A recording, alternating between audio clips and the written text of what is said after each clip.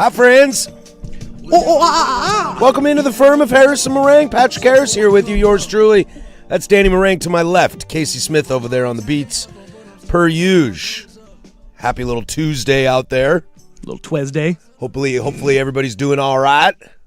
Doing all right. Stay off the road if you can't drive in the rain, you absolute psychopaths. You know, you mentioned something to me, Danny, as we were just sitting down and listening to that wonderful open made for draft week, and I was realizing the same thing earlier today, that the draft is on Thursday, amigo, and I have no idea what's going on anymore. That has gone so far away from my brain that I don't even know where to think about. Now, the good news is we will get into some football today, so hopefully that will juice us up a little bit. But I completely forgot. It was like Mendoza won, and then what are we doing? Then what is it? Ruben Bit? No, Arvell Reese. Where? Sonny then Styles. it was like, oh, right. Sonny Styles. Is Ty Simpson going to go somewhere? Then it was like, it started to come back into my world. But at first my brain was like, what the hell's going on? Yeah, that's what happens with the Blazers basketball. What, you think people care about Blazers basketball? A little bit. Just en peu, as they say in French. That is French for en peu. En petit peu is a little bit. I think they care, yeah. Yeah, they do. But it's funny, though. Thursday will come around. Like, like NHL, NBA, like, RIP if you're playing Thursday games. Oh, for sure. Yeah, I'm going to look at that right now, because if you're playing Thursday games, I don't know. Oh, they put the Spurs to Blazers on Friday. Thank goodness for that. I think they put Wemby on Friday on purpose. Well, yeah, it's Friday night. Why wouldn't you? Let's see here. Thursday in the NBA, Knicks-Hawks. Dang, that's a good series, too. Cavs-Raptors, nobody cares. Nuggets-Timberwolves, that was a fun game last night. Wow, dude. That was like, it was 22-41. I was like, I'm going to take the dogs for a walk. I know, and I was pissed because it was halftime of that game, and good God, the commercials for halftime felt like it was going on forever. So I flipped over, and I was watching Anaheim-Edmonton. There you go. I was watching some hockey, some cup action. A little puck talk. And I was super stoked. It was 3-2 in the third, and Anaheim was up, and I'm thinking to myself, I think I'm going to watch the rest of this game. What if Edmonton comes back? And then I was dual screening, and then the Timberwolves game got spicy, so then I went full screen on that, and I forgot to go back and look and see a one. I was talking with Dirt this morning. He goes, Edmonton won 4-3, and I went, damn it. That's what I was going to watch. Dun. Should have stuck with my gut, man. Although I did watch the rest of that Nuggets T-Wolves game, which was quite entertaining. Spicy. I do like Ant Edwards a lot. I like him a lot. Rudy Gobert not being a top 3 defender. And I think that pissed him off last night. Brother, why? Yeah.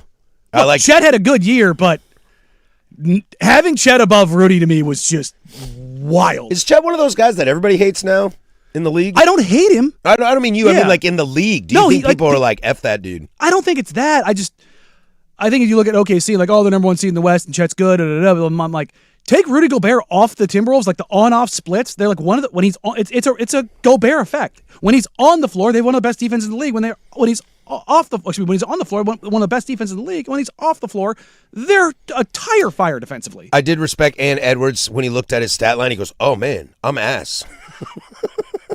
I love Ant. I love him so much. I want him to not be dumb. I don't remember what he said, but he went off about something, and Julius Randle is sitting there next to him, just giggling the whole time. Ant's just in sunglasses. He's so damn charismatic. Did you see him with the Gatorade bottle after game 1? Ant was like, oh, what's that Gatorade flavor? Like at the podium. He's like, oh, I haven't had that one. He picks it up. He looks at it, takes like 3 big swigs, and goes, I F with that. And then sets it down. He's like, ooh, I F with that flavor. It's so strange, dude. He's like a 5-year-old kid. It's the simple things. He's really fun. I like him a lot. I also think Jaden McDaniels writing checks specifically to people saying you can't play defense, Nikola Jokic. I was all about that. Oh, I'm telling you right now, this is outside of his rookie year, it's Jokic's worst defensive year. Understood.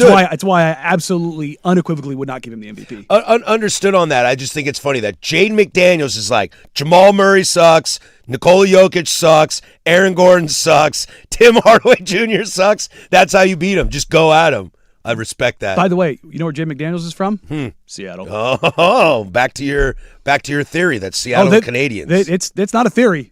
Run through the list of Seattle basketball players. They're all crazy. He didn't seem crazy to me. He just decided to write some checks. No, Jaden's crazy. Okay. Well, how is he crazy? I don't know anything about him. No, he's I know he's a good player. No, he's good. I like him. But what makes him crazy?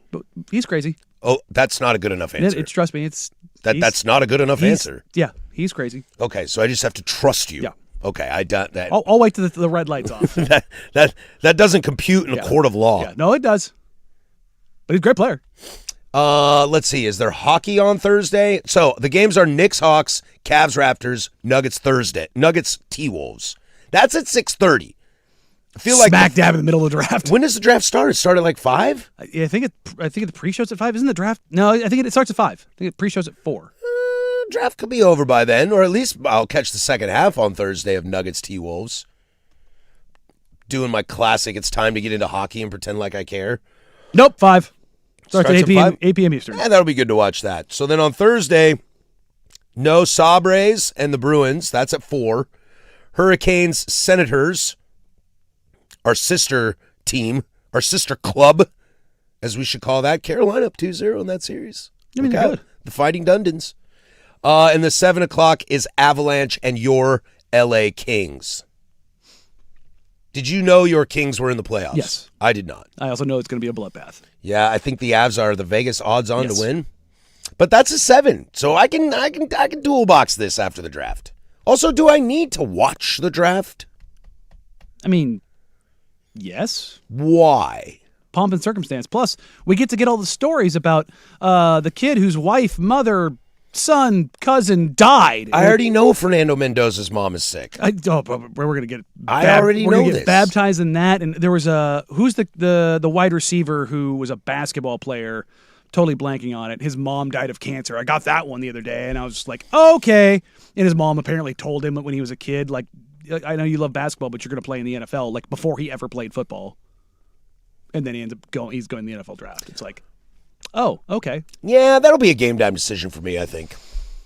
On whether or not why do we have to highlight every single, like, really sad story? It's like, well, we know, guys. Like, well, because it's better than all the terrible stories. Do you think we're going to get a big expose on Reuben Bain and the woman who died in his hands? Yes. Yeah? Yes. Or is this just going to be a nice cover-up to make sure that everybody's all happy and hunky-dory about Reuben Bain going to the Cowboys? I doubt they'll talk about Reuben Bain, but I bet Besaint will probably get most of the talk about it because he was the other passenger in the car. I did finally hear on the Tirico broadcast of Game 1 of the Blazers, they mentioned the situation with Chauncey Billups. They said his name and that he was arrested by the FBI. Which I was like, wow, bold move, Tirico. Yeah, how far in the broadcast was that? I think it was in the first quarter. It was like a cut over to Tiago, and there was like, and there's Tiago Splitter who took over the interim. I can hear Tirico's voice. Acknowledge it, and you will not hear another word about it. Just the fact that he said something. Yeah, I mean, you have to. Did you see the Buffalo Bills GM is imploring fans to like create AI images of top draft picks in like gas masks so they can fall to Buffalo at 30? That's pretty good. That's messed up, man. It's pretty good. That's messed up. It is. Ruin these kids' lives. No, I know. But that's probably a bet you can get somewhere in Vegas. What player is going to have bad intel released on him 24 hours before the draft? If I'm Sonny Styles or Mekhi Lemon or who's the corner that I love, or the safety, Caleb Downs, do I just put out there a picture of me in a gas mask because I want to go to Buffalo instead of going to fill in the blank bad team? Insert here. You could just I don't want to go to the Jets. See you later. Bye. Disaster-proof yourself. Yeah. Reese is like, you know what? He goes the John Rocker route, and he's like, everybody in New York smells, and I hate those racity racists. Just so you don't have to go to New York. It's not a bad tactic. Yeah. Over under 4 people not at the draft in the first round. Ooh, under. Mendoza's, I think it'd be probably. Oh, I'm taking the over. You think more than 4 people will not be present? Yeah. When drafted? 32 teams in the first round. I'll take the over on that. I'm going under. Yeah, I don't know. I just made up that number too. I have no idea if that's valid or not. Yeah, I mean Mendoza's not, which it's a little weird, but maybe he's moving his stuff to Las Vegas already. Well, he wants to be around the people that support him, including his mother, whose health is fading. His mother's health is fading, Danny. Fair. Get a grip here, dude. You soulless bastard. And it's not like this is a brand new thing. Baker didn't do it. Myles Garrett didn't do it. Yeah. Wait, Baker was there, wasn't he? No, Baker was at home. Really? Huh. On the couch with everybody. I was trying to think how many number 1 overall picks weren't there. I think there's been at least 5. Oh, wow.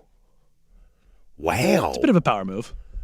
I think it's a silly power move. If you know you're going to be the number one pick, don't you want to go on stage and shake the hand and be the dude? Hold up the one jersey? Yeah. Right? I mean, what's the whole point, isn't it? And Mendoza gets to wear 15 with the Raiders, too. Why couldn't he? That's what I'm saying. He gets to. Oh. Why wouldn't he?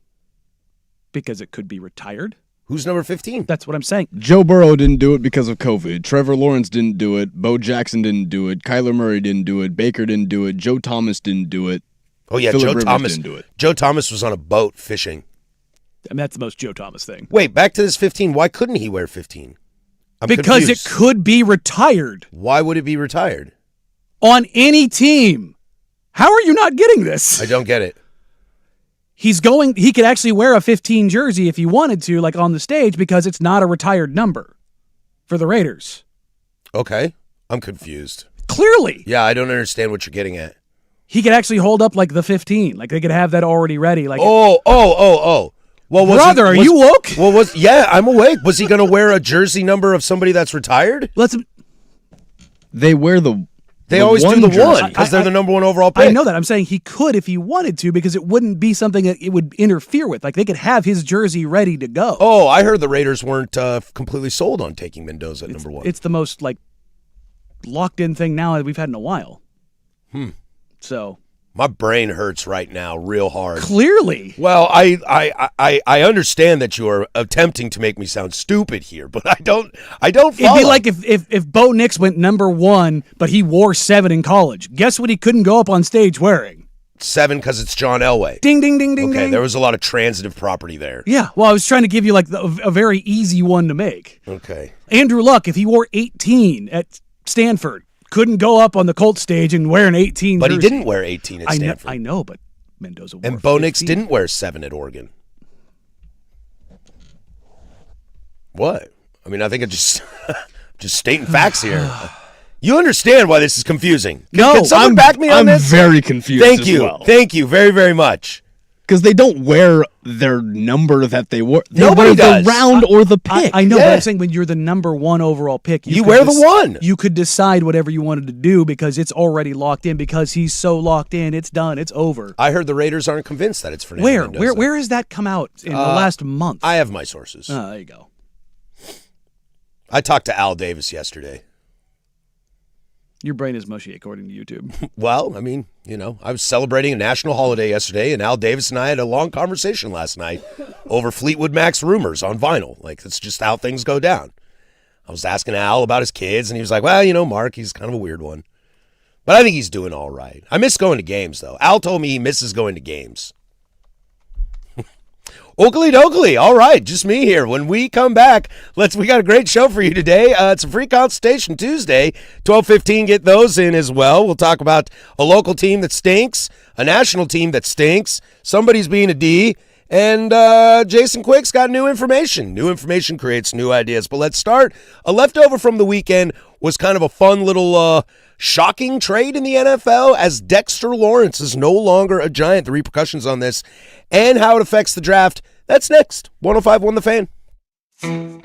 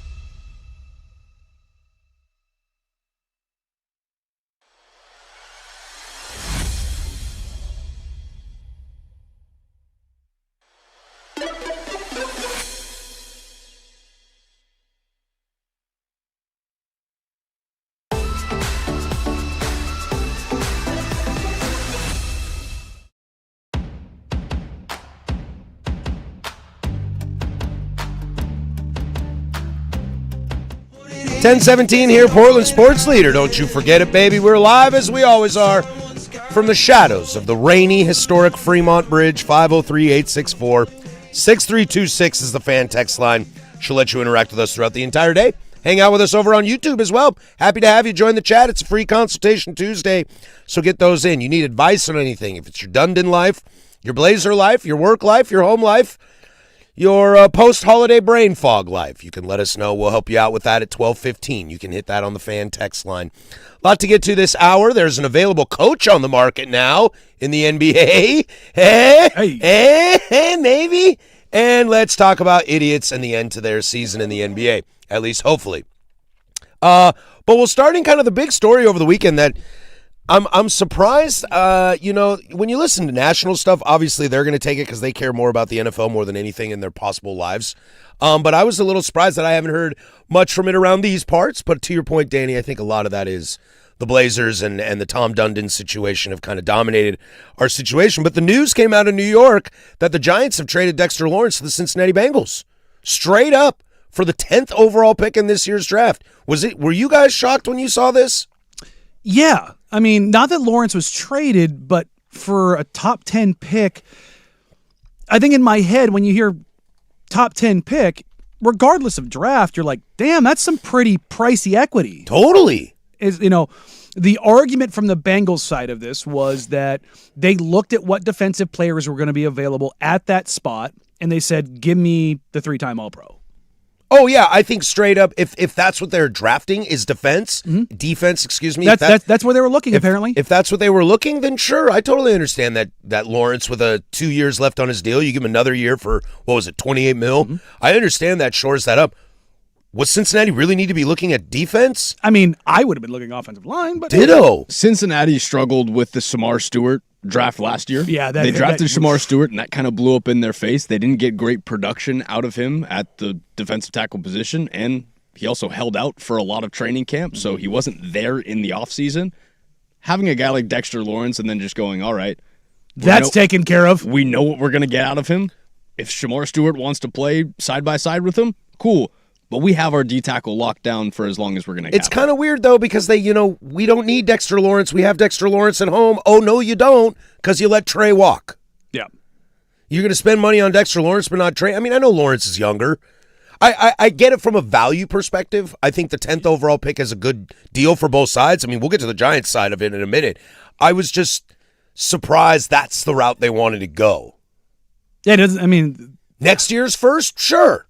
This year's first at a 10, where I think we all agree that the top 10 picks are pretty nice this year? Yeah, but see, the difference is, and we always do this, well, the next draft's better, the next draft's... Like, it's universally, like, it's the inverse of the NBA draft. This year, the top 9, especially the top 4, you're like, yeah, there's dudes there. Top, from 5 through 9, you're like, yeah, there's dudes there. 10's kind of when it starts to fall off, but this class overall is looked at as, this is a really, really, really good NBA class. 2027 draft, everybody's looking around like, I don't really need a pick in 2027. Meanwhile, in the NFL, this draft is looked at as like, don't get me wrong, there's good players there, but the top end isn't looked at as the highest, where if you're looking at next year's class, everybody's looking at next year's class, even if you take the quarterbacks out of it, just the top end guys, in the first round alone are looked at in a much, much more favorable light. So the value scaling feels a lot higher in next year's draft. So if you're talking about, do I want to give up first this year versus a first next year, it's the inverse of the NBA. Like, you're just looking at it like, if I have to give up a pick, I'd rather give it up next year in the NBA, whereas in this draft, you're like, I'd rather give it up this year than next year. And looking at who gets that pick, that's the New York Giants. That puts them at 5 and 10 overall.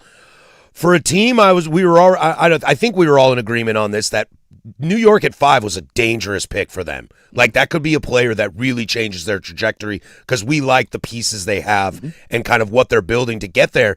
And now you give them 5 and 10.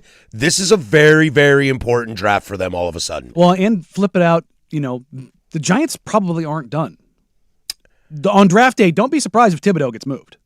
And if they jump back into the first round and take 3 first-round picks, this will be the true start of a Harbaugh era. They also have a pretty high up pick in that second round. So those first 3 picks of them are probably all going to be killers. Top 45? Yeah. 3 in the top 45? I would imagine if they deal Top Thibodeau, 40. It's probably going to be for top 37. Wow. like a second and a fourth or something like that. And so they could have a ton of draft capital, and then you've got Dart, you've got Scattaboo, you've got Neighbors, and you look assuming Scattaboo and Neighbors come back healthy. But I know what you mean. Yeah, but you take a look at them, and you just kind of go, well, damn, that team looks pretty darn good. If you're trying to kind of build things out, most of that team is very young.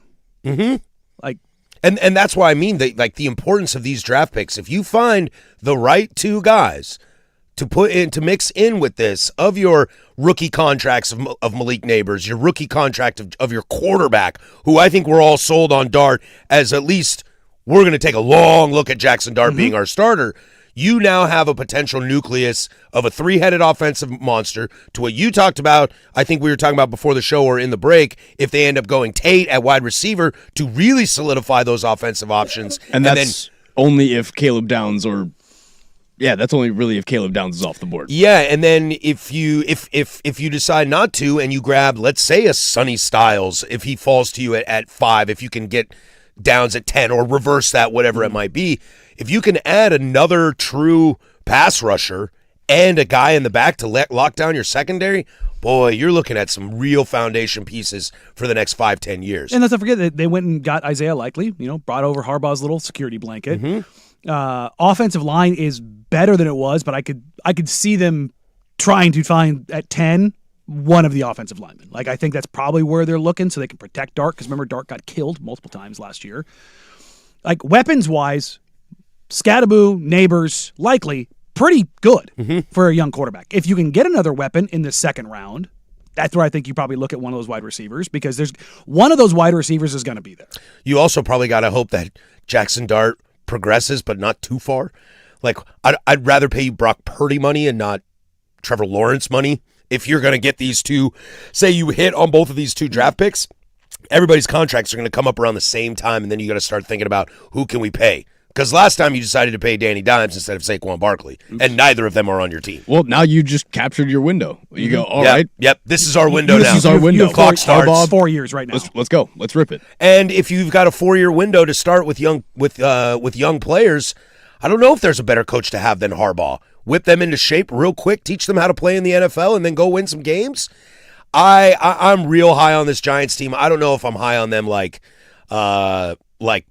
playoff situation necessarily, because that division I think is still going to be pretty tough. I think that you could look at them as being one of the candidates for not worst at first, but if they came out and Philly kind of fell on their face, which because they we could can all kind of see that coming as a potential. If the Giants came out and won, let's say Dart takes the leap.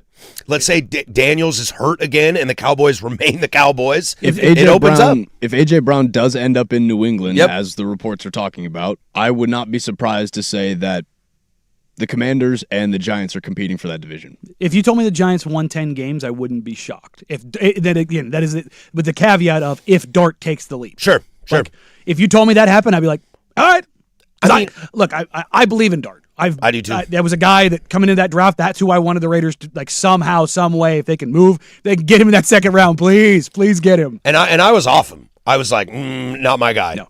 Not my guy at all. Now the question too for him when he talks about taking that step forward for the Giants, I don't know if he can really take a step back from last year because they were bad. His offensive line was bad. He made bad throws. He didn't slide when he needed to. He had a lot of rookie mistakes, but none of them were like. It's like when we talk about Scoot, and Scoot has these loud turnovers. We're kind of like, we're probably going to have to live with Scoot loud turnovers if Scoot is the future of the Blazers. And to where there was nothing really I saw with Jackson Dart that was kind of like, we're going to have to live with this that. Brett Favre type guy who's got $1 million arm but also throws to the other team. I don't see any of that. The sliding stuff, you can figure that stuff out. Please don't die. Yes, I love this Giants team. I'm very, very high on them, and I can't wait to see what they do with 5 and 10. Casey, you've been building your mock drafts for all 32 teams. What do you... I think he's got 14 down. He's going to have an all-nighter on Wednesday. What do you have the Giants doing in this situation? I have them taking Sonny Styles at 5, and then I have them taking Caleb Downs. Does Caleb Downs make it to 10? Because who's above him? Aren't the Chiefs right above him? Above them are the Tennessee Titans. I have the Titans taking Jeremiah Love. I have the Cardinals taking David Bailey because they desperately need offensive line help. The Jets taking Arvell Reese or Caleb Downs. And then, Fernando to the Raiders. Huh. Why is Caleb Downs taking such a fall in this draft? It's because of the position. Because you're Team scared. needs. You're scared of a Hall of Fame potential safety. If I have the best left tackle in football on my team, I can do a lot of protection for my quarterback. That's fair. If I have a safety, again, i.e. the Buda Baker pick that the Cardinals made a few years ago, that doesn't really get me as much as I need to. I still need more value pieces. slotting. That's all. It's not that he's like, unless you're Ed Reed, Troy Polamalu, like you're one of the best safeties to ever play the game. But but that's what I'm curious. But Caleb Downs to even me then, could be maybe. He very much could be. But even then, like you have to be Charles Woodson. You have to be Charles Woodson. Like that's what you have. Like you have to be a Heisman Trophy winning defensive back. And I know everybody's like, well, what about Travis Hunter? He's like, he wasn't that good as a DB. Well, he's going to be a full-time DB. And even then, Charles Woodson still went fourth. Yeah. Yeah. Like three other dudes. That's how good you have to be. Well, two of those other dudes were Peyton Manning and Ryan Leaf, who were the cornerstones for the NFL to come for the future. And Heisman Trophy finalists. Now, one wasn't, but you catch my drift. Yes, but that's what I mean. Like, that's how good you have to be as a DB to get that value slotting. All right. It's quarterback, it's pass rusher, left tackle, yeah. Because you can make Andre Wadsworth went before Charles Woodson. Mm-hmm. He was a defensive end. Who? Yeah, exactly. Wow, value pick. Yeah. Well, R.I.P. the Bengals. I mean, are the Bengals going to be any better? Does this make Joe happy? He's like, yay! I'm in closer games that I lose. Yeah. We'll see. They had the money to spend. Because you didn't spend it on Trey. Yeah. Instead of 24-35, we'll lose 24-28. Yay! Oh, boy. Well, there's a new free agent on the market in the coaching carousel, and dare I say he's coming to the Blazers. We'll go there next. There's Casey with sports. Now, from the George McCoy and Warren Allen Sports Desk, a Sports Center update on the Fan Sports Network, 105.1 FM and 1080 AM. This sports update is brought to you by Reynolds Defense Firm. If you've been arrested for a DUI, you need a team of attorneys that you can put your trust into. Call Reynolds Defense Firm today, online at reynoldsdefensefirm.com. First on the Fan, your Portland Trailblazers are running it back in San Antonio for Game 2 of the first round of the NBA playoffs. Portland looking to even up the series at 1 game apiece, but the Spurs, they come into the contest as 11.5-point favorites. Tip-off at 5 p.m. as you can catch that game on NBC or Peacock. Some more NBA playoff news for you as the Timberwolves, they defeated the Denver Nuggets 119-114 last night in Denver. Minnesota evens the series up at 1 game apiece as Anthony Edwards, he led the way for Minnesota, posting 30 points.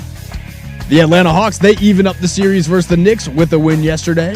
CJ McCollum was unfazed by the boos in MSG as he paved the way for Atlanta, posting 32 points in the Hawks' 107-106 win over the Knicks. And the Cavaliers have pushed their series lead to 2 as they took down the Raptors 115-105. Donovan Mitchell, he led the way for Cleveland as he finished with 30. We are just 3 days away from the 2026 NFL Draft in Pittsburgh. Ahead of the draft, Mike Tomlin will be joining NBC as an NFL studio analyst. The former Pittsburgh Steelers head coach will join NBC's Sunday night pregame show, Football Night in America, as the studio analyst. And for more sports scores and stories in 30 minutes, I'm Casey Smith from the George McCoy at Warren Allen Sports Desk. Hurt and missing work? Insurance companies acting like jerks? Don't call your mom. Call George McCoy at warrenallen.com. The Fan is live on YouTube and Twitch.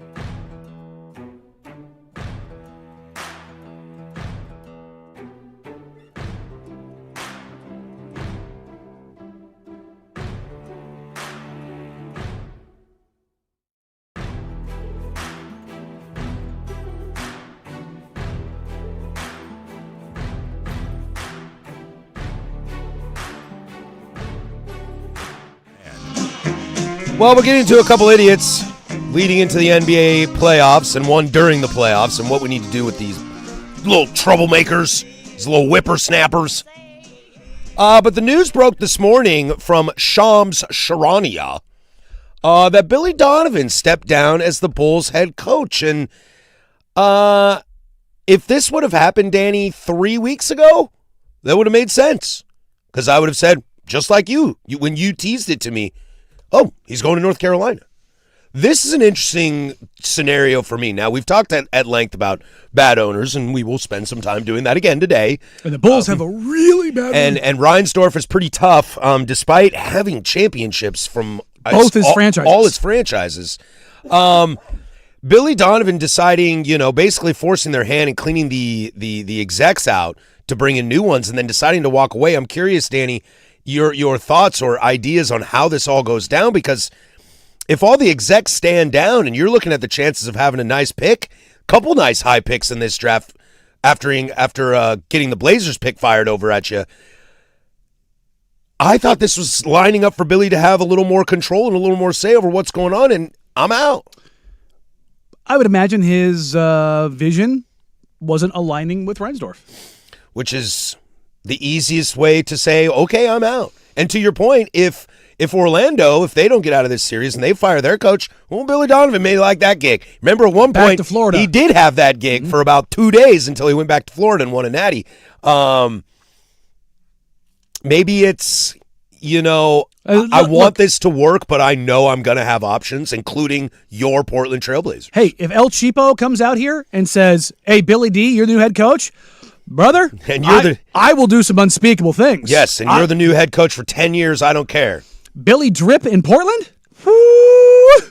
I do like Billy Donovan a lot. Billy's a good coach. And let me rephrase that. Billy's a great coach. Yeah, and that goes to show, we'll get to the Jason Quick article on some new developments here with Tom Dundon in the 11 o'clock hour, but it just goes to show that, dude, owners can be a lot worse. Because if I'm the Blazers right now and I'm going through a thing and you're kind of like, man, Billy Donovan's, his overall record is not great, but he's had bad rosters everywhere he's been. If he were the coach right now and you're kind of like, I don't know, I'm looking for a new coach, to be like, I'd hold off on that. This roster needs some help before we really start judging Billy Donovan. You want to have that thought about Tiago Splitter. That makes sense. He's a first-time head coach. He's an interim head coach. The last guy stunk as well. Billy Donovan not being a Bull is surprising, and I don't know where they go from here. I think if anything, when you're looking at the Bulls going forward, you're thinking at least we have Billy Donovan, who can kind of coach you out of what is still a really bad roster. Yeah, and it got worse at the trade deadline. This is one of the not out of left field ones, but one of the ones when we were talking about this a couple weeks ago about the possible coaching vacancies. This is one of those ones that we mentioned. It was like you might see a couple surprise ones too. I firmly believe that Borrego is going to be let go in New Orleans unless the Orlando pulls off the upset against Detroit. Mosley's going to be let go. There's probably going to be 2 to 3 more after that. The Nets did their thing of Jordy Fernandez is a really good coach. We need to make sure we extend him and his staff. If the Knicks lose to the Hawks, is Mike Brown out? They're going to come for his head. It would depend. And I wonder if Billy D's looking at that I could take that next job. Totally. Billy Drip on the sidelines in New York, hair slicked back in a suit. That's Patino. Ooh, buddy. That's Patino in New York is what that is. But, not being Patino. Not being Patino in the NBA, because that was bad. Mr. Patino to you. Indeed. The idea of Billy Donovan in Portland gets my pants real tight. Oh, I mean, look, again, Billy D in Portland would, yes. It would also be a massive change from what is out there. Yeah, would he... He ain't coming for 1, 2, 3, or 4 million. No, is Billy Donovan the top coaching free agent right now? Yeah. Milwaukee's maybe we should take a run at Billy D. Milwaukee's not going down that path. I just mean in the sense of teams that will need one. Oh, teams that will need. Yeah, Does Ty Lue get let go? I wouldn't be surprised. Boy, I'd let go of Ty Lue just out of fear. Yeah. If you're Ballmer, you don't care. Spend the money. It wouldn't surprise me. I don't think it's going to happen, but it wouldn't surprise me. I'll go with that, down that path. Yeah. And would the Clippers die to have Billy Donovan? I think they would. I don't know if – I think whoever takes over that team is probably going to be a placeholder coach. Where are the Bulls in the draft lottery odds? Ninth? Let's see here. Pulling this up right now. They are ninth. Yeah, there you go. And then they have the 15th? With a 4.5% chance at the number 1 pick. Boy, they sucked, and they're number 9. Mm-hmm. There's some bad teams ahead of them. Yeah. Some real bad teams ahead of them. And the coin tosses sorted it out. So you've got from the ones that needed to be sorted out, 4, 5, 6, and 7 with Utah, Sacramento, Memphis. 4 through 8. It goes Utah, Sacramento, Memphis, New Orleans, which goes to Atlanta, and then Dallas. What if the Bulls hire Tiago Splitter? Probably. Be a nice hire by them, I think. Mm-hmm. I could see that. I don't know what that roster needs. That team like, sucks. If the Blazers don't retain Tiago, I would be pretty surprised if he didn't get a head job. Really? Yeah. You don't think he goes back to assist no matter what, whether he gets the Blazer gig or not? I would be pretty surprised just talking to people around the league. Like, pretty much everyone around the league feels like the way that Tiago is being treated right now is pretty disgusting. Yeah, that's tough. The blatant and rampant discussion with other coaches in college and the NBA. The money, all the things around that, like those things are pretty rough. So I'm looking at the depth chart here for the Chicago Bulls, and almost everybody has a red O next to them, next to their name, which means they're out. They Sat everybody. Josh Giddey is probably their best player. Trey Jones, number 2. No, Modest. Modest. Because Ant's a free agent. Ant is a free agent. You've got Zach Collins. What's left of him? What's left of him? Boy, that's a bad roster. That's a bad roster at number 9. You want to talk about mediocrity? That's the Chicago Bulls. That's what it looks like. Outside of Michael Jordan, you had a flash in the pan with Derrick Rose, and since then it's been Rose, Noah, Taj, and Jimmy. Oh, I guess you had DeMar DeRozan there for a minute. Yeah, but that was they weren't very good with him. Right? Am I thinking that right? Yeah. DeRozan was in Chicago? DeMar and Levine were both in Chicago. That's right. Hey, let's run it back in Sacramento. Oh, boy, and it's even worse. It got worse. Yeah. How do you get worse at your job? Well, I mean, sometimes it's just that's how it goes. Yeah. DeMar's still good. Yeah, DeMar's all right. I like DeMar. Dundon will pay Billy Donovan and then put the team in a Motel 6 every road game to make the money back. I mean, they're still coming out, dude. My Reddit friends are still oh yeah. Yeah. All team meals next year will now be banquet TV dinners. I see. I would have gone MRE. MREs might be better than banquet TV dinners. They're not. I don't know, dude. The Salisbury steak TV dinner looks so bad. Brother, have you ever had an MRE? No. Okay. No, man. I eat real food.